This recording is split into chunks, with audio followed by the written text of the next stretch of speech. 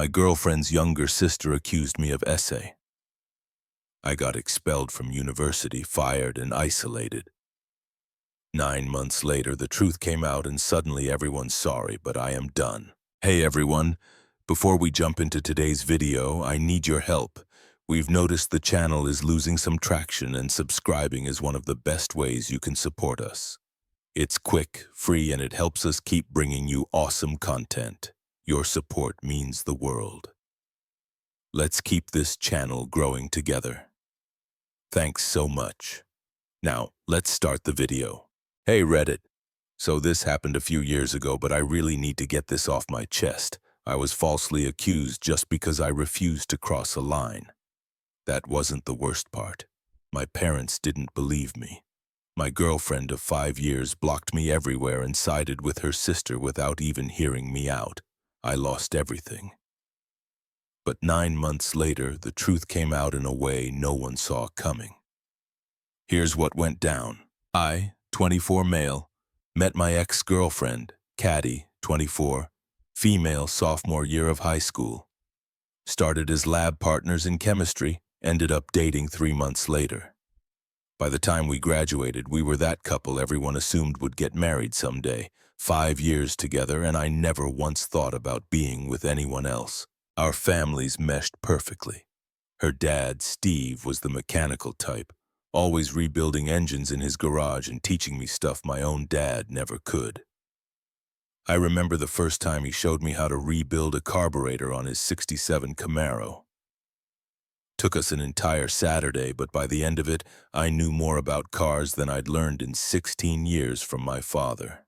Her mom, Diane, treated me like another son, always making sure I took home leftovers and calling to check on me during exam weeks. My parents were the same with Caddy. Mom would take her shopping, and my dad helped her pick out her first car, a used Honda Civic with low mileage that he negotiated down by $1,500. We had holiday traditions, vacation spots, inside jokes, all the stuff that comes from being together through those formative years. We'd spend Thanksgiving with my family, Christmas Eve with hers. Every summer, both families would rent cabins at Lake Mitchell for a week. By junior year, Caddy had her own designated seat at our dinner table, and I had mine at hers. We went to the same university state, about 2 hours from our hometown. It wasn't planned that way initially. She was considering coastal, about 5 hours south. But when I got a partial scholarship to state for computer science, and she got accepted to their education program ranked 3rd in the country, it just made sense. We didn't live together. She was in the education dorm. I was in tech housing. But we saw each other daily, had the same friend group, studied at the same coffee shops, and planned our future together. Our lives were completely intertwined. Her younger sister, Amy, was always on the periphery of our relationship. 3 years younger than us, she was just entering high school when Caddy and I were heading to college. At first, she was just the annoying little sister, always wanting to tag along. She'd interrupt our movie nights, accidentally walk in when we were making out, and ask a million questions about college during dinner. Standard little sister stuff. But something changed when she hit about 16. It was subtle but definite. The first time I noticed it was at Caddy's family barbecue the summer after our freshman year of college. Amy kept finding reasons to brush against me when she walked by.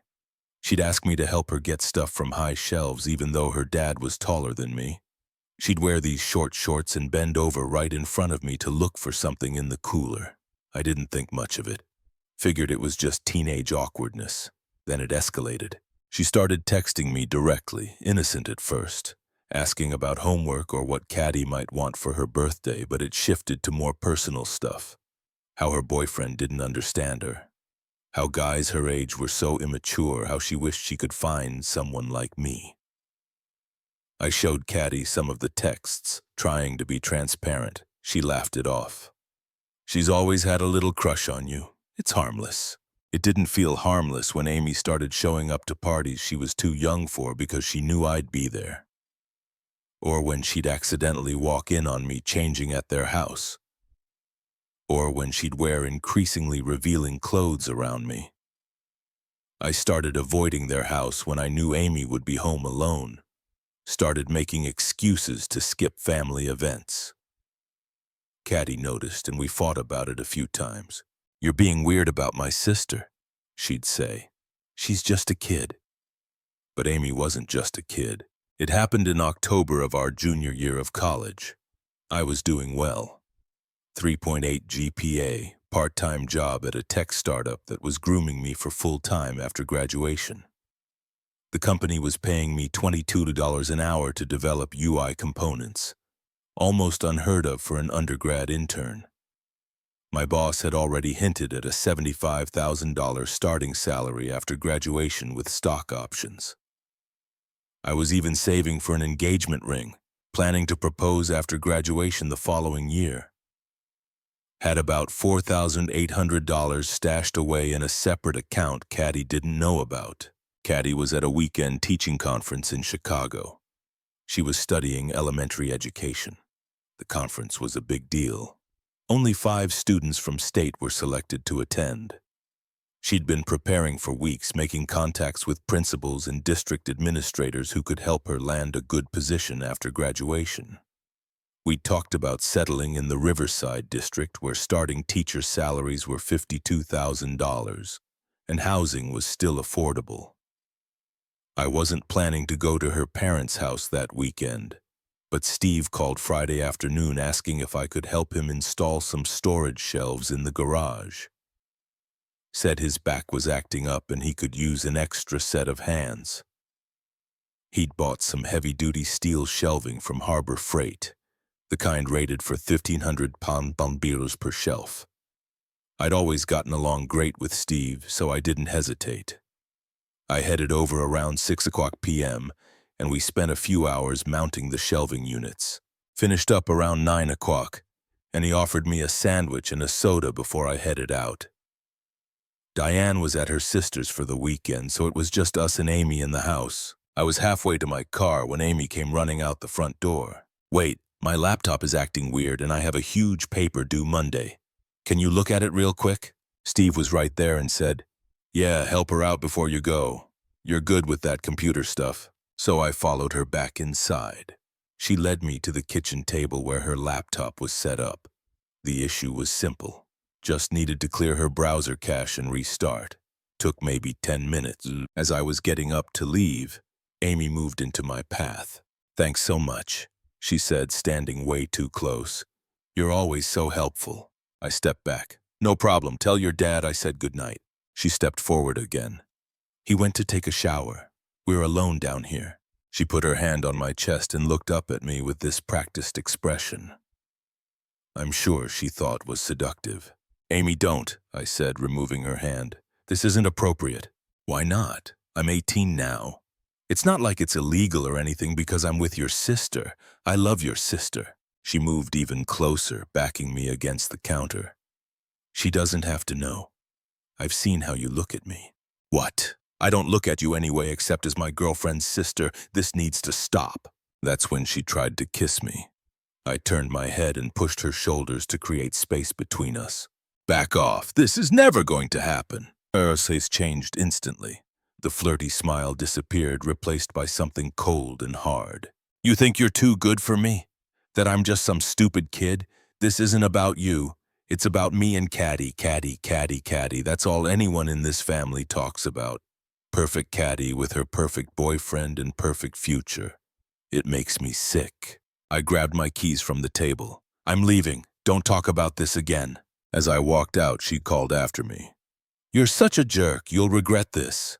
I drove home thinking she was just embarrassed and lashing out. I even felt bad for her in a way. Planned to talk to Caddy when she got back, figure out a way to deal with the situation. I had no idea what was coming. My roommate Tyler woke me up the next morning. "Dude, your phone's been blowing up for like an hour. Someone's trying really hard to reach you." I grabbed my phone from the charger. 17 missed calls, texts from Caddy, her parents, my parents, mutual friends. My stomach dropped as I scrolled through them. "How could you call us now? What the hell is wrong with you?" I called Caddy first. She answered on the first ring, her voice thick with tears. Caddy, what's going on? Like you don't know. How could you? Marcus with my sister in my parents' house. My blood ran cold. Whatever Amy told you, it's not true. Nothing happened. She showed us everything, the texts from you, the bruises on her wrists. She told us how you've been coming on to her for months. How last night you forced yourself on her when Dad was in the shower. That's insane. I fixed her laptop and left. She tried to kiss me and I turned her down. That's it. Stop lying. She has proof. The texts, Marcus, the texts you've been sending her for months. What the heck? I never sent her anything inappropriate ever. I saw them with my own eyes. Messages asking her to meet you, telling her what you want to do to her. They came from your number. They're fake. She must have faked them somehow. And I suppose she faked the bruises too? The ones in the shape of fingerprints on her wrists? The bruise on her back from where you pushed her against the counter? My mind was racing. Yes, that's exactly what she did. I can't believe I ever trusted you. Her voice was ice cold now. Don't call me again. Don't text me. Don't try to contact me or anyone in my family. My dad's filing a police report right now. She hung up. I immediately tried calling back straight to voicemail. I texted her. Please let me explain. This is a huge misunderstanding. I would never do this. No response. I threw on clothes and was heading to my car when my phone rang. It was my mom. Marcus, where are you? I'm going to Caddy's to straighten this out. No, you're not. You're coming home right now. Mom, I didn't do anything wrong. Just come home. We'll figure this out. I drove to my parents' house in a daze. When I got there, both my parents were waiting at the kitchen table, faces grim. What exactly happened last night? My dad asked without preamble. I told them everything. The shelves, the laptop, Amy's advances, me turning her down. They listened silently. My dad sighed. Steve showed me the texts, son. They go back months. They're pretty graphic. They're not from me. She must have used some app to fake them. And the bruises? I never touched her. She must have done it to herself. My parents exchanged a look I'll never forget. Part concern, part doubt, part disappointment. The police want to talk to you, my dad said finally. I told Steve we'd bring you to the station ourselves. The police interrogation lasted 6 hours. Detective Reynolds, mid-50s with salt and pepper hair and zero patience, showed me printouts of texts supposedly from my number to Amy's. Sexually explicit messages going back 5 months. Photos I'd never seen before, edited to look like Amy and I were together. These aren't mine, I kept saying. I swear I never sent these. I never took these pictures. They didn't believe me. Reynolds kept hammering the same points. Why would she make this up? How did these messages come from your number? Why did you go to the house when you knew she'd be there? I tried explaining that her dad had called me for help, that I'd been avoiding Amy for months because of her inappropriate behavior. Reynolds just scribbled notes and exchanged looks with the female officer in the room. By the end of the day, I was formally charged with sexual assault of a minor. Amy had just turned 18, but some of the fake texts were dated before her birthday. They added charges of electronic solicitation of a minor and sexual harassment. My parents posted the $50,000 bail. The conditions: no contact with Amy or anyone in the Clark family, surrender my passport, wear an ankle monitor, and observe a strict curfew. I was allowed to go home with my parents, but the nightmare was just beginning. State University didn't wait for a conviction. They suspended me pending a disciplinary hearing on October 27th, but that was just a formality. The outcome was predetermined. Dr. Chambers, the head of the disciplinary committee, had already made public statements about protecting students and zero tolerance. I was expelled the following week, my scholarships revoked. The tech startup fired me the same day they heard about the charges.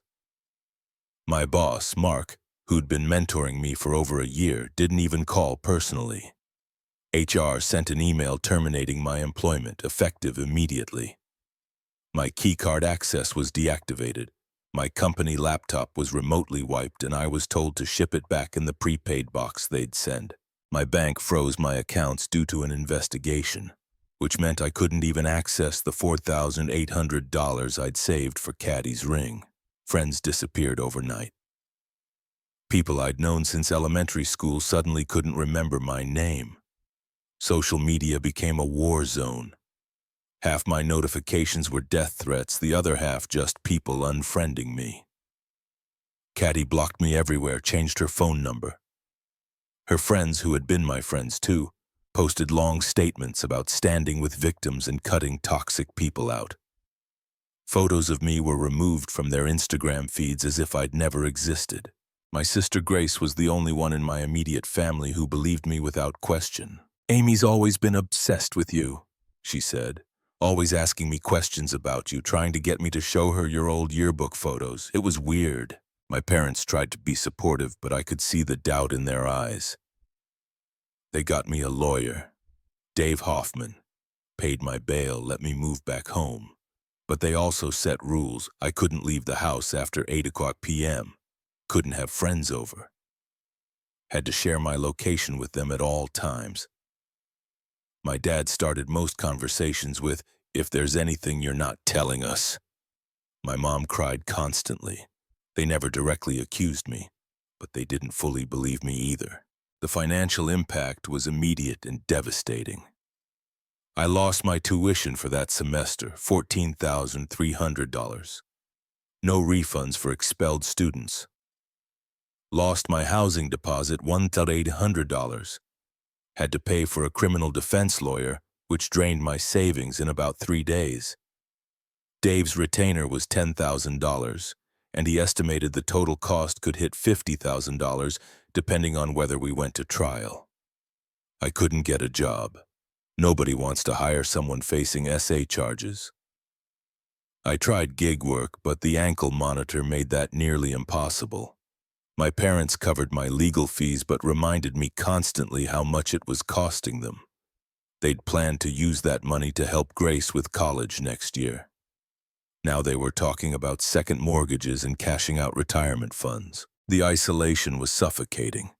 People I'd known my whole life, teachers, neighbors, family, friends, all looked at me differently, like I was something dangerous, damaged. Best case, they avoided me. Worst case, they left threatening notes on my parents' porch or shouted things when I walked by. The only people who stood by me without question were Tyler, my former roommate, and surprisingly, Caddy's cousin, Megan. Megan called me about 2 weeks after everything blew up. "I don't believe any of this," she said without preamble.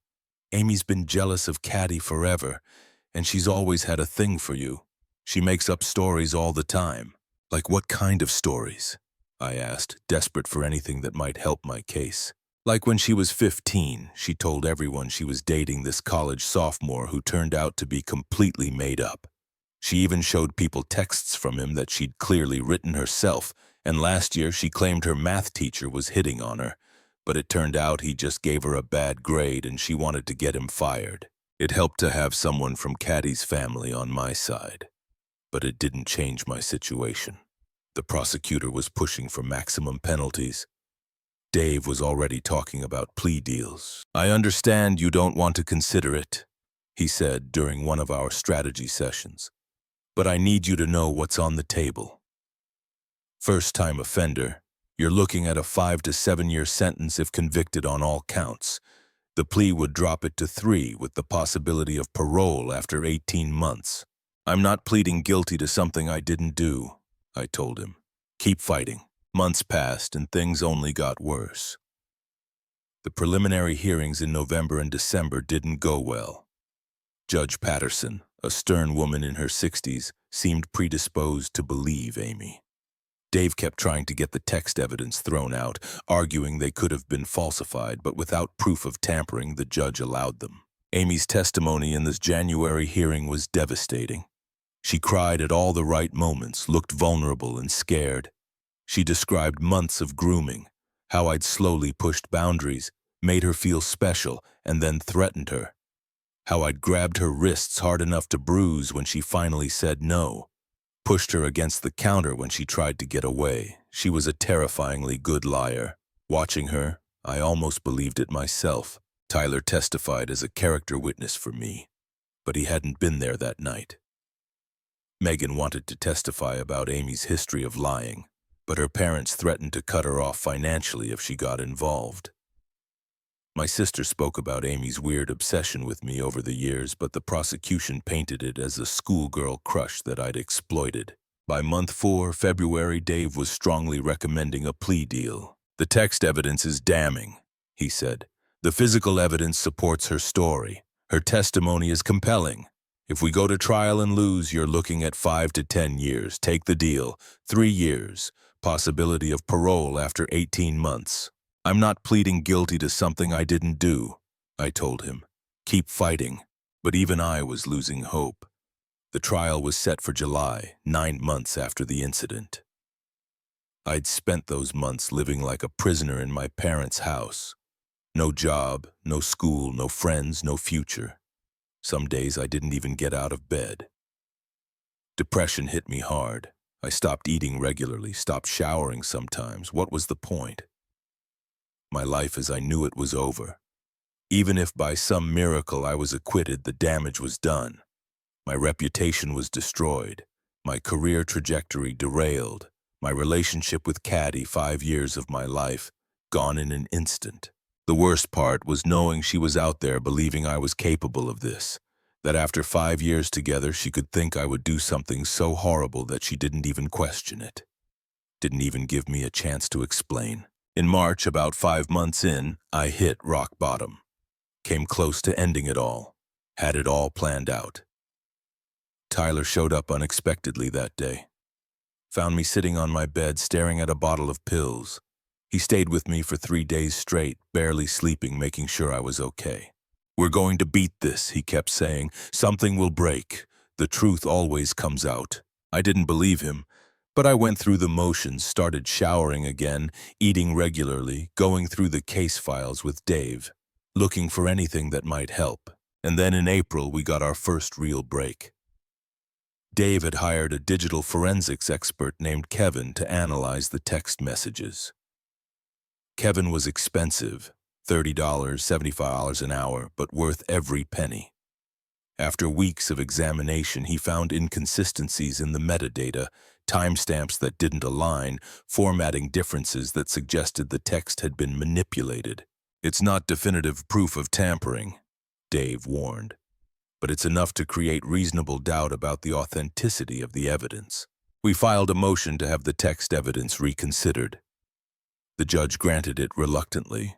The prosecutor argued that the inconsistencies were just technical glitches, not proof of falsification. She brought in the county's IT expert who testified that message metadata can sometimes appear irregular due to server syncing issues or app updates. But it was a crack in their case, a small one, but still. Around the same time, a girl named Olivia reached out to me through Tyler. She'd gone to high school with Amy, been friends with her briefly. "Amy did something similar to my brother," she told me when we met at a coffee shop near campus. "They worked at the same grocery store. She had a crush on him. He wasn't interested. She told everyone he groped her in the break room. Got him fired." "Did she press charges?" "No, just spread rumors, but it was the same pattern. She was obsessed with him. He rejected her. She retaliated." Olivia agreed to testify about Amy's history of false accusations. It wasn't much, but it was something. In May, 2 months before the trial, Megan called with news. "Amy's story is changing," she said. "I overheard her talking to my aunt.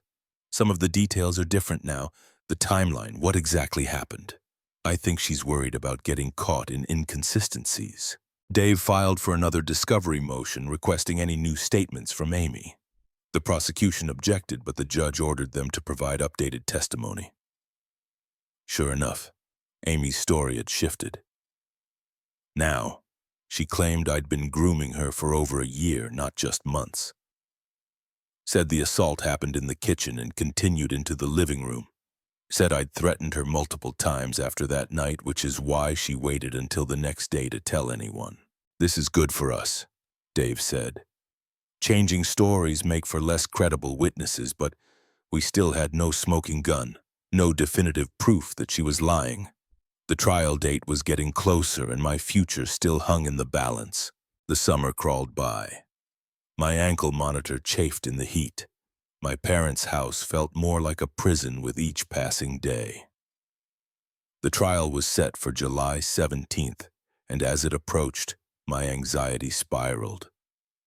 Dave was more optimistic than he'd been in months. The text evidence is questionable now. Her story is inconsistent. We've got character witnesses for you and testimony about her past behavior. It's not a slam dunk, but we've got a fighting chance.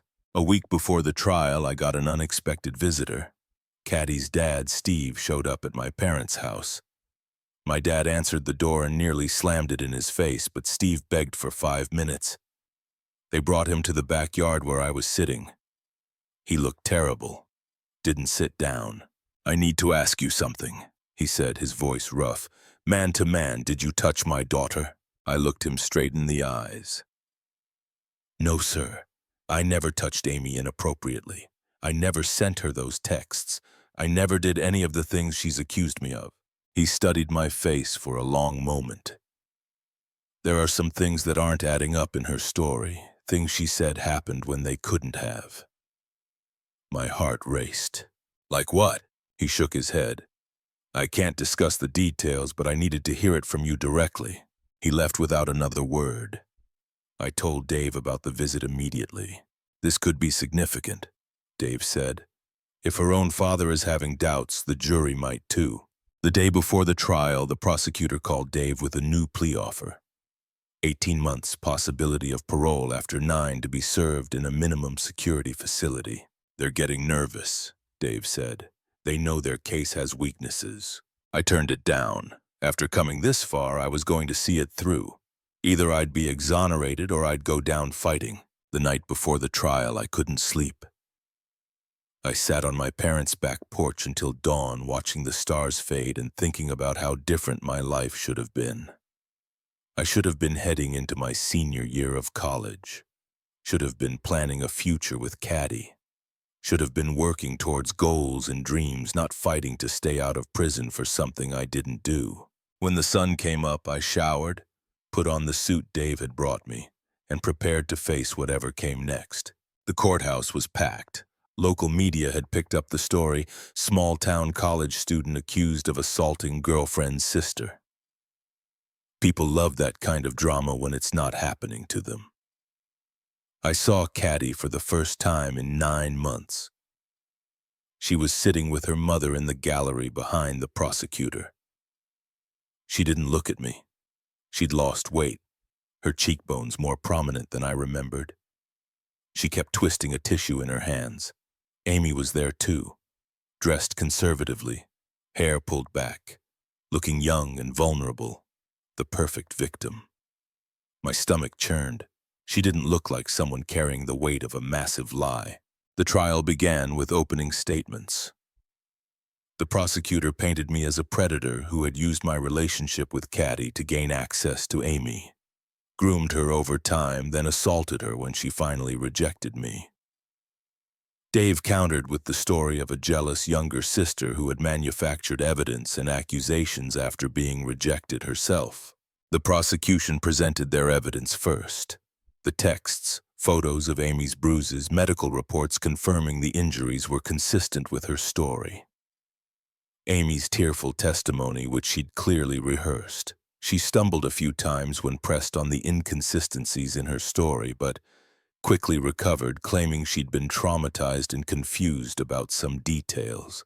During cross-examination, Dave focused on the changing timeline. "In your initial statement to police, you said the assault occurred at approximately 9:30 p.m., is that correct?" "Yes, around then. But in your revised statement from May, you said it started at 9:45 and continued until after 10 o'clock. Which is it?" "I told you I was traumatized. I didn't look at a clock during the assault. And in your first statement, you said the incident occurred only in the kitchen. But later you added the living room. Why the change?" "I was trying to forget parts of it, but in therapy I've been working on facing the whole truth." She had an answer for everything. Our turn came on the 3rd day. Dave methodically dismantled the prosecution's case. He presented the digital forensics report, highlighting the metadata inconsistencies in the texts. He called Olivia, who testified about Amy's previous false accusation against her brother. He called Tyler and other character witnesses who spoke about my relationship with Caddy, my general behavior around women, my character. Olivia's brother Jason flew in from Arizona to testify. He described in detail how Amy had pursued him, how he'd rejected her advances, and how she'd retaliated with false accusations that cost him his job. If there hadn't been security cameras in that break room, he said, I don't know what would have happened to me. On the fourth day, during a brief recess, Dave got a call. His face changed as he listened. We need to get back to the courtroom immediately, he said, already gathering his papers. When court resumed, Dave requested permission to introduce new evidence. The judge asked the nature of the evidence. Security camera footage, Dave said, from the Clark residence on the night in question. The prosecutor objected immediately. This is the first we're hearing of any security footage. This is clearly an attempt to ambush the prosecution. Your Honor, we only just received this evidence ourselves, Dave countered. Mr. Clark installed a Nest camera in his garage last year due to a series of break-ins in the neighborhood. The camera has a view of the kitchen door. Mr. Clark only recently realized it would have captured the defendant leaving on the night in question. The judge allowed it over the prosecutor's continued objections. Steve was called to the stand to authenticate the footage. He wouldn't look at me or at Amy. Mr. Clark, why are you just now coming forward with this evidence? The judge asked. Steve cleared his throat. I didn't think about the camera initially. It uploads to cloud storage that I rarely check, but certain inconsistencies in my younger daughter's account made me go back and look. The footage was played for the court. It clearly showed me leaving through the kitchen door at 9:37 p.m. Amy followed me to the door, visibly angry but completely unharmed. No bruises on her wrists, no tears, no signs of distress. The timestamp matched exactly when she claimed I had assaulted her. The courtroom erupted. The judge called for order. Amy burst into tears. The prosecutor asked for a recess to confer with his witnesses. The judge denied it and instructed him to continue his cross-examination of Steve. Mr. Clark, is it possible this footage has been altered? No, Steve said firmly. It's uploaded directly to Nest's cloud servers. I accessed it using my account, downloaded it, and provided it to the defense exactly as it was recorded. The prosecutor tried a few more angles, but the damage was done. The video completely contradicted Amy's testimony about what happened that night and when. When court resumed the next day, the prosecutor announced they were dropping all charges. Just like that, it was over. The dismissal of charges didn't undo 9 months of hell. Didn't erase the damage to my reputation, my education, my career, my relationships. Didn't give me back the life I should have had. Amy faced consequences finally. She was charged with filing a false police report, falsifying evidence, and perjury. Being 18 and with the influence of her father's testimony on her behalf, she got a suspended sentence, probation, mandatory counseling, and community service. Nothing close to the punishment she deserved for what she put me through. Steve and Diane divorced shortly after the trial. He couldn't forgive her for pressuring him to support Amy's lies even after he started having doubts. He reached out to me once about a month after the trial to apologize. Said he should have questioned things sooner, should have checked the camera footage earlier. I appreciated the gesture, but it was too little, too late. Caddy tried to contact me repeatedly after the charges were dropped. Texts, calls, emails, messages through mutual friends. Said she was sorry for not believing me, for not giving me a chance to explain.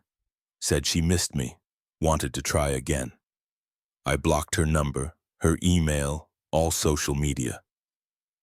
5 years together, and she believed the worst about me without a moment's hesitation. Some betrayals you can't come back from. My parents wanted to reconcile too. Said they were sorry for doubting me, but I couldn't forget the looks on their faces during those months. The constant questions, the unspoken suspicion. I keep them at arm's length now. Call on holidays, visit occasionally, but there's a distance that wasn't there before. The university wouldn't take me back. Said the expulsion stood regardless of the criminal case outcome. I filed a lawsuit against them for wrongful expulsion and discrimination. It's still working its way through the courts 3 years later. My lawyer thinks we'll eventually settle for around $200,000, which sounds like a lot, but doesn't come close to covering what I lost. Not just tuition and scholarships, but future earnings, career advancement, networking opportunities. Rebuilding my life was the hardest part. I moved 2 states away, started over at a different university, though I had to take out massive loans since my scholarships were gone. Worked night shifts at a warehouse to pay rent on a studio apartment barely big enough for a bed and desk.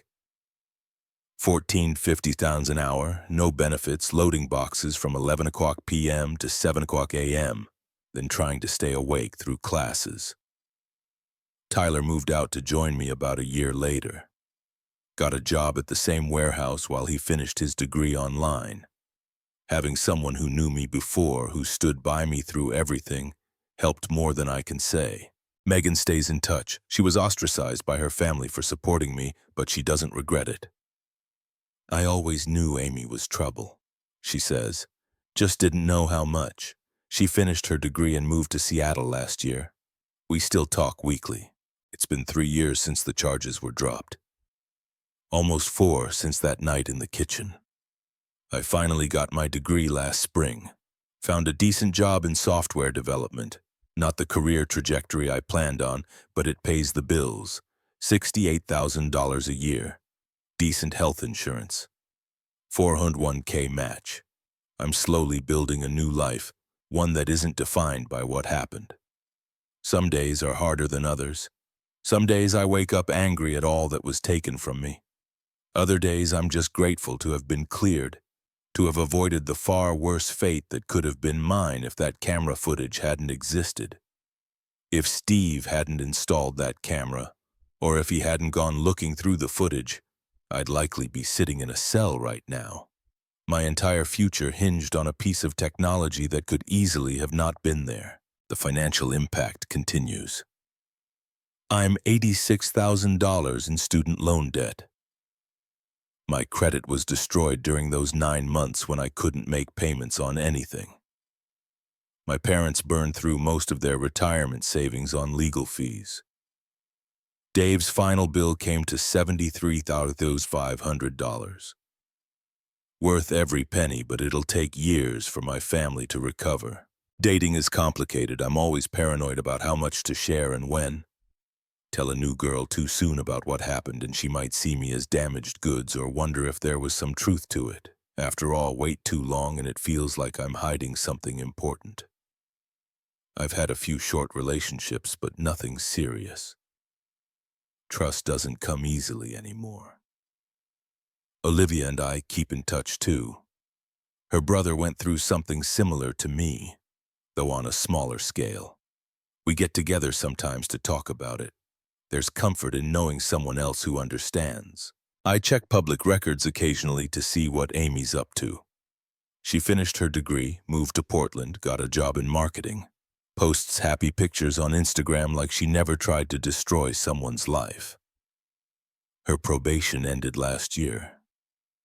Sometimes I wonder if she even feels guilty or if in her mind, she was the wronged party somehow. The lawsuit against the university drags on. My lawyer says they're just running out the clock, hoping I'll get tired and settle for less. It's frustrating, but I'm not backing down. It's not even about the money anymore. It's about making them acknowledge what they did. But the best thing that happened, though, about 6 months ago, I adopted a dog from the shelter, a 3-year-old German Shepherd mix named Riley. Previous owner couldn't keep him due to deployment. He's got trust issues too, so we're a good match. We've been inseparable. He guards the apartment, goes hiking with me on weekends. Best roommate I've had since Tyler. If there's a lesson in all this, I guess it's that you never really know people. The ones you expect to stand by you might be the first to believe the worst. And sometimes help comes from unexpected places, like your girlfriend's cousin who barely talked to you at family gatherings or the security camera her dad installed and forgot about. I don't know if I'll ever fully get over what happened. but I'm doing my best not to let it define the rest of my life. I've got a decent apartment now, a job I don't hate, a loyal dog, and a small circle of friends I can trust. It's not the life I planned, but it's mine.